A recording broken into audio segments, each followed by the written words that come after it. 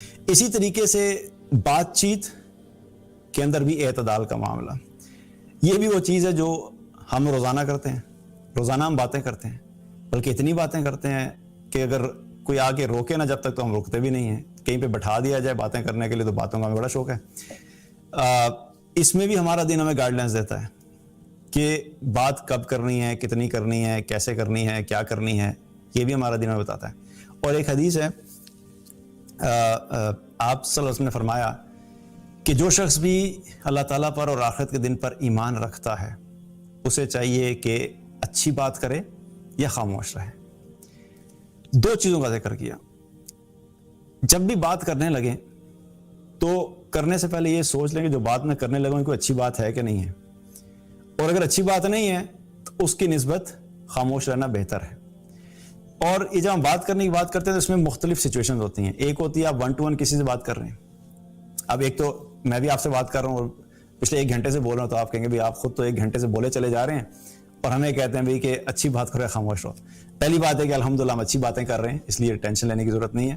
دوسری بات یہ کہ ایسی سچویشن جہاں پہ مقصد ہی اس لیے آئے ہیں لوگ کہ کوئی سیشن سننے آئے ہیں، کوئی ٹریننگ لینے آئے ہیں یا کوئی دین کی بات سننے آئے ہیں، تو ظاہری بات ہے وہاں پہ ایکسپیکٹیشن بھی یہی ہے اور مقصد بھی ہے کہ لوگ بات سننے آئے، تو وہاں پہ بولنا ایک الگ بات ہے. یہاں بات ہو رہی ہے جب ہم عام نجی محفلوں کے اندر اپنی گیدرنگز کے اندر ہوتے ہیں، 1 to 1 کسی سے ملتے ہیں، چاہے ہم اپنی فیملیز کے اندر ہوں یا فرینڈس کے اندر ہوں یا سوشل سرکل میں کسی سے بھی ہوں، یا پھر کئی دفعہ ایسا ہوتا ہے کہ ہم کچھ لوگ مل کے بیٹھے ہوتے ہیں. شادیوں کی اگزامپل لے لیں، شادیوں میں لوگ اکٹھے ہوتے ہیں، آفیسز کے اندر لوگ اکٹھے ہو کے بیٹھتے ہیں، کہیں پہ کوئی کھانے کی کسی کو انوائٹ کیا وہاں پہ لوگ بیٹھتے ہیں. تو ایسی جگہ پہ ہم کیا بات کرتے ہیں؟ تو وہاں پہ ہمیں ایک چیز کا خیال رکھنا چاہیے کہ ہمیں یہ دیکھنا چاہیے کہ جو بات میں کرنے جا رہا ہوں اگر وہ اچھی بات ہے تو ٹھیک ہے، اگر نہیں ہے تو خاموش رہنا بہتر ہے. اور اس میں بھی اگر دیکھا جائے تو ہماری زندگی میں کیا ہوتا ہے، کبھی اپنی باتوں کا نا ہمیں جائزہ لینا چاہیے کہ میں نے آج سارے دن میں باتیں کیا کی ہیں. اور آپ سرپرائز ہوں گے کہ ہمیں ریئلائز ہوگا کہ ہم نے اپنے سارے دن میں پتہ نہیں، شاید اگر میں کوئی 6 گھنٹے بولا ہوں تو 6 گھنٹے میں سے ہارڈلی کوئی 5-7 منٹ ہوں گے یا 10 منٹ ہوں گے کہ میں نے کوئی اچھی بات کی ہوگی. ورنہ اکثر باتیں ہماری کیا ہوتی ہیں؟ فضولیات. نہ دنیا کا فائدہ نہ آخرت کا فائدہ. نئی مووی کون سی آ رہی ہے، نیا گانا کون سا آ رہا ہے، نیا ڈرامہ کون سا چل رہا ہے، فلاں ہیرو کدھر جا رہا ہے، فلاں ہیروئن کدھر جا رہی ہے، فلاں موبائل کا جو ہے وہ اپ گریڈ ہو گیا ہے، اس کا نیا OS یہ آ گیا ہے. ایسی باتیں ہیں جن کو اچھا ضرورت کے اعتبار تو ٹھیک ہے، موبائل وغیرہ کی چلیں انفارمیشن ضرورت کے اعتبار سے ٹھیک ہے، لیکن صرف information for the sake of information باتیں کیے چلے جا رہے ہیں. اور اکثر کیا ہوتا ہے کہ کلاسیکل ایگزامپل یہ ہوتی ہے کہ پھر کچھ لوگوں کو جو بولنے کا شوق ہوتا ہے اور کسی ٹیبل کے اوپر بیٹھے ہیں، 5 لوگ بیٹھے ہوئے ہیں، اور وہاں پہ مینرز کیا ہوتے ہیں کہ اگر آپ 5 لوگوں میں بیٹھے ہوئے ہیں اور آپ نے بات کرنی ہے تو آپ دوسروں کو بھی انوالو کریں. اس میں ٹاپک آپ ایسا یوز کریں جس میں سارے پارٹیسپیٹ کر سکتے ہیں.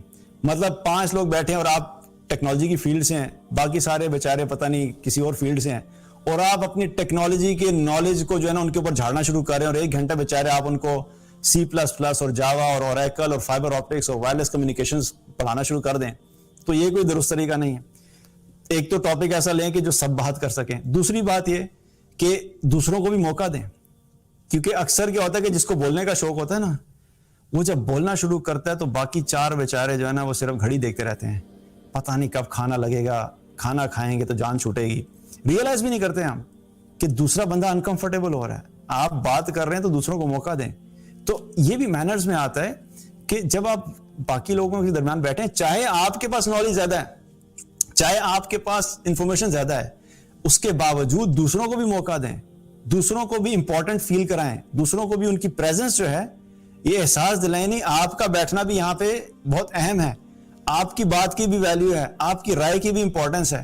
تو دوسروں کو بھی کیا ہے انوالو کرنا چاہیے، ان سے پوچھنا چاہیے جی آپ کا کیا خیال ہے اس بارے میں، آپ کا کیا خیال ہے، آپ کیا کہتے ہیں، میری رائے تو یہ، آپ کا کیا خیال ہے. تو مینرز سیکھنا، پہلی بات اچھی ہے تو ٹھیک ہے، نہیں ہے تو خاموشی اختیار کریں، اور اگر آپ نے بات کرنی ہے تو ساروں کو لے کے چلیں. یہ بھی ہمارے مینرز میں سے ہے. اور ویسے بھی دیکھا جائے تو بات کرنے کے اعتبار سے بھی ہم دین کی بات کرتے ہیں اسپیشلی، تو اکثر کیا ہمارے ذہن میں آتا ہے کہ جب میں دین کے مطابق زندگی گزاروں گا نا، اب میں نے ایک بڑی سیریس قسم کی لائف گزارنی ہے اور ایک انتہائی خوفناک قسم کا چہرہ بنا کے ہر وقت رکھنا ہے. کوئی مسکراہٹ نہیں چہرے پہ, اور مسکرانے کو لوگ سمجھتے ہیں بڑی کمزوری کی بات ہے, اور وہ کہتے ہیں اینگری ینگ مین, بڑے جو ہے نا اس طریقے سے پریزنٹ کرتے ہیں یار یہ بڑا کول ڈوڈ ہے because he is an angry young man. تو یاد رکھیے کہ آپ کو بیٹ مین بننے کی ضرورت نہیں ہے. اللہ کے رسول صلی اللہ علیہ وسلم جو تھے, ہمیں وہاں سے لینا ہے کہ آپ صلی اللہ علیہ وسلم کا کیا طریقہ تھا. آپ صلی اللہ علیہ وسلم کے بارے میں صحابہ فرماتے ہیں کہ ہم نے نبی صلی اللہ علیہ وسلم سے زیادہ مسکرانے والا کسی کو نہیں دیکھا. یعنی آپ صلی اللہ علیہ وسلم بہت زیادہ مسکرایا کرتے تھے. کہہ کے لگانے کی بات نہیں کر رہا, ہنسنے کی بات نہیں کر رہا, مسکراہٹ کی بات ہو رہی ہے. تو آپ مسکرایا کرتے تھے بہت زیادہ. اور پھر اسی طریقے سے آپ صلی اللہ علیہ وسلم جب بات کیا کرتے تھے تو صحابہ کے ساتھ لائٹ موڈ میں بھی رہتے تھے, مذاق بھی کیا کرتے تھے, لیکن مذاق جو کرتے تھے وہ سچا مذاق ہوتا تھا, اس میں کوئی لغویات نہیں ہوتی تھی, کوئی فضول بات نہیں, کوئی غلط بات نہیں, کوئی جھوٹ نہیں ہوتا تھا.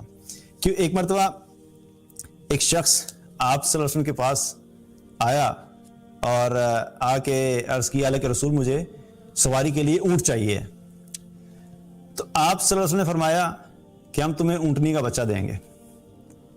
تو وہ شخص ایک دم سے حیران ہو گیا, کہنے لگا اللہ کے رسول مجھے اونٹنی کا بچہ میں کیا کروں گا سواری کے, مجھے تو اونٹ چاہیے. تو آپ صلی اللہ علیہ وسلم نے کیا فرمایا کہ جو اونٹ ہے وہ بھی تو اونٹنی کا بچہ ہی ہوتا ہے. ایک لائٹر موڈ میں مذاق میں بتایا کہ یہ بھی تو اونٹنی کا بچہ, نہیں اونٹ ہی دیں گے, ڈونٹ وری اباؤٹ اٹ, لیکن وہ جو تمہیں دے رہے ہیں تو وہ بھی اونٹنی کا بچہ ہی ہے نا. تو آپ مذاق بھی کیا کرتے تھے.